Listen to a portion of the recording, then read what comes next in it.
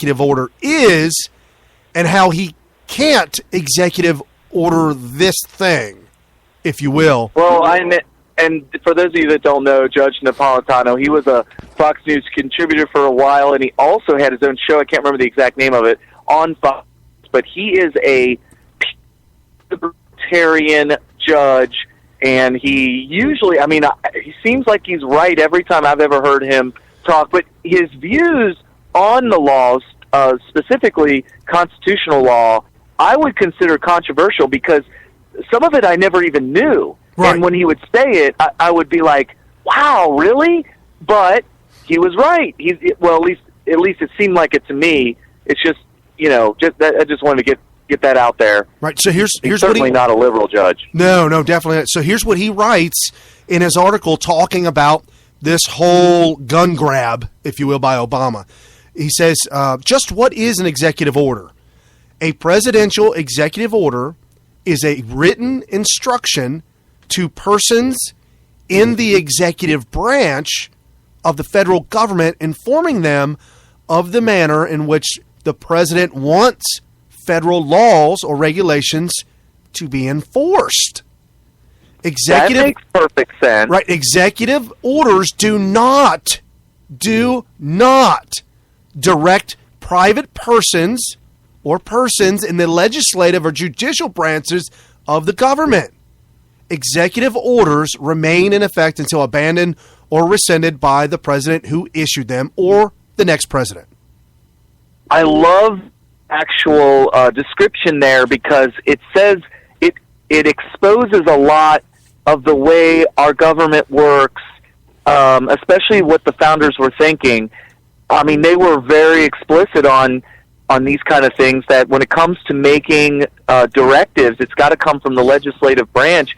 So he's pointing out that the executive branch can only decide on how to enforce a law written by the legislature. Right, absolutely. Very interesting. And it's really sad that we've been led as citizenry to believe that an executive order is much more. It's kind of a law. Right. No, I'll tell you exactly what it is. I'll never forget going to the Renaissance Festival because I really felt like I've never been taught this specifically. The history of governments in monarchies. Monarchical governments, I don't know if it's the right word to call it, but, with kings and queens and stuff like that, when like a nobleman or somebody in the government says something or makes a proclamation, just the words themselves coming out. Uh-oh. Did we lose you? Whew. Well, we'll hang on, see if that comes back. The Proclamation of Emancipation, as he was about ready to say. No, I'm not sure. Absolutely. It is amazing that we are led to believe that an executive order is something much, much more than what it really is. And he is right. Kerry is right. Obviously he's right. That they don't want to teach us as children what monarchies and dictators did in the past. They don't want us to know, and they don't want our kids to know. Call from Carrie Smith, you're on the line.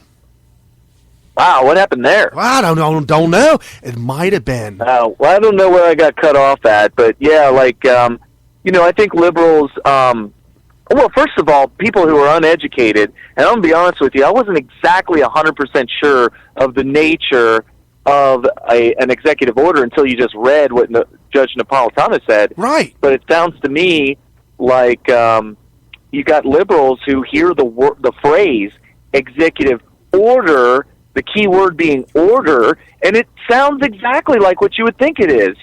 If you're in a classroom, which of course liberals, their utopia is academia. That is their utopia. Their utopia would be high school forever. Right, and what happens when the teacher gives an order? It's the law. Right, it's an executive order. That's the executive. I'm just a follower. Boy, I have to do what she says, or else I'm going to get in big trouble. Right, I have to stay after school. Saturday school. Right. Oh, no. It's not intuitive. I'm going to be honest with you. It is not intuitive to hear somebody say, okay, I'm going to give you an executive order, but what that really means is I'm going to give you a list of instructions on how I want you to follow the orders of a different person. It's like the principal of the school has all these rules, and then the teacher is not allowed to give you her own personal orders. All she can do is say, well, the principal has these rules, and this is how I want you to follow those rules. That's pretty much what we're saying, right? Right, absolutely. But she can't make up her own rules. well, if you're Obama, am I a sexist by implying that this teacher is a woman? Maybe. We're going down the wrong road here. Maybe. Oh boy! Wow. So check this out. I got a handful of sound bites on this. This is just absolute insanity. Let me start off with. You want to jump right to? I'll tell you what. We'll jump right to the first lie that maybe not the first, but the biggest lie that was glaring to me when watching this circus, if you will. And you actually brought this to my attention about it being a lie. And then I started to think about it more. I'm like, hey, wait a minute. I know exactly why this is a lie, because it happened to me. So we'll cue up soundbite 2A, Obama's lie during the 33-minute speech. Mass confiscation. Contrary to claims of some presidential candidates apparently before this meeting, this is not a plot to take away everybody's guns. No, of course not. You pass a background check, you purchase a firearm. The problem is some gun sellers have been under a different set of rules. A violent felon can buy the exact same weapon over the internet with no background check, no questions asked. Where's that? I want one. A recent study found that about 1 in 30 people looking to buy guns on one website had criminal records. 1 out of 30 had criminal record. We're talking about individuals convicted of serious crimes, aggravated assault, domestic violence, robbery, illegal gun possession. People with lengthy criminal histories buying deadly weapons, all too easily. And this was just one website within the span of a few months. So we've created a system in which dangerous people are allowed to play by a different set of rules than a responsible gun owner who buys his or her gun the right way and subjects themselves to a background check. Okay. First major flaw. This is not making any sense whatsoever. So check this out. First of all, hold on. The number he said, now, because I've heard this clip so many times, I just want to address this real quick. He said 1 in 30 on one website over a few months. Could be 9, 10, 12 months. Could be 40 months. Who knows? Over a few months, 1 in 30 or 30. So 1 in 30 was 1 in 30. So yeah, out of every 30 people, one was a criminal. However, he doesn't say that person actually bought one. So the system does work. Right. The system works. There is. I don't. Why would he say that? There's a background check. He didn't. Right. And the background check showed that 1 in 30. That's not that big a deal. We're catching him, and he's not buying.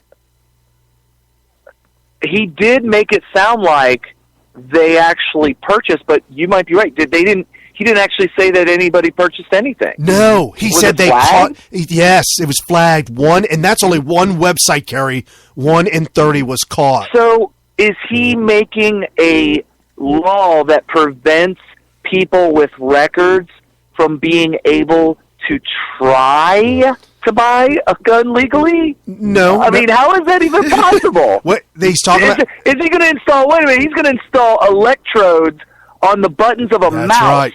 That's right. So that if it detects that you're a criminal and you start clicking on a mouse on a gun website, that it'll shock you. Yes.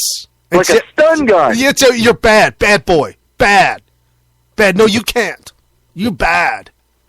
That'll prevent them from attempting to do a background check to possibly buy a... What is he talking about? This is beyond insanity. Well, he said 1 in 30. I'm going to be honest with you, Cary. I don't seem too bad. If they're catching 1 out of 30 people trying to... But you're talking about on the internet. Attempting to buy on the internet... This guy could be from another country attempting to buy a gun. No. Brian, before I tell you the next thing I'm going to say, I need all you guys to don your tinfoil hats. Okay, mine's already on. You I've ready? had it on the whole show. All right, all right, everybody got their tinfoil hats on? Yep. He said one website, right? Right. Over how long of a period? Months. He said a few months. Few. Okay, so guess who those people are? Government operatives. They were ordered to attempt to purchase guns over the course of a 2-month period so we could rack up a really unusually high percentage of criminals attempting to purchase guns on this one website so that when the State of the Union address comes along, we can point out that there's one website over the course of 2 months that had an unusually high percentage of felons trying to purchase a gun. This is so obvious to me. Well, I don't know if that... I mean, if you do the numbers percentage-wise, you're only talking 3.5%. That don't seem too bad to me. The 3.5 out of 100... It sounds kind of... Out of 100% of background checks on this website for people trying to buy guns. Well, I digress. Let me back up. Cary, there is no background check on a website that I buy a gun from, by the way. Well, what is he talking about then? That's the second lie. He's making this all up. Wait a minute. If there's no background check, then you're making his case. No. Hold on. No. If I buy a gun off a website, which I've purchased 2 off of 2 different websites, that gun, by law, has to be sent to a dealer with an FFL, a firearms license. I then show... And then that's where you get your background check. I show up to the dealer, which was... One time it was Bass Pro, was right next to my shop. Another time was a pawn shop, the guy that we know that owns one. So I walk in. Oh, they actually called me. They called me and said, Brian, your package has arrived. So I show up. I get there. They say, okay, here's your package. But before you get this, and they show you a laptop, and they put it in your face. They say, go through this website and answer all these questions. Put your social, your name, your address. They said, be very serious about where you're at now, where you've been in the past. Make sure all the stuff line up, because the last thing you want are the numbers and the letters not lining up right. I go through that. Then you would get rejected. Right. It sounds to me, based on your personal experience, that this system is almost damn near perfect. It is a great... Where's the flaw? It's a great system, and I was in and out in 15 minutes, which was kind of a pain. It felt like a long time. I was in and out with 15 minutes. I paid the dealer $20 for receiving my gun and giving it to me. You can't buy a gun on the internet and get it to your house. So you can't. So he's just completely fabricating that stuff. Yes. You cannot buy a gun. And check this out, Cary. If I could buy a gun on the internet, would it be Craigslist? Would it be eBay? Where would that be? Well, Where do I buy one at? Well, what if you bought a person-to-person firearm through Craigslist? Is that even possible?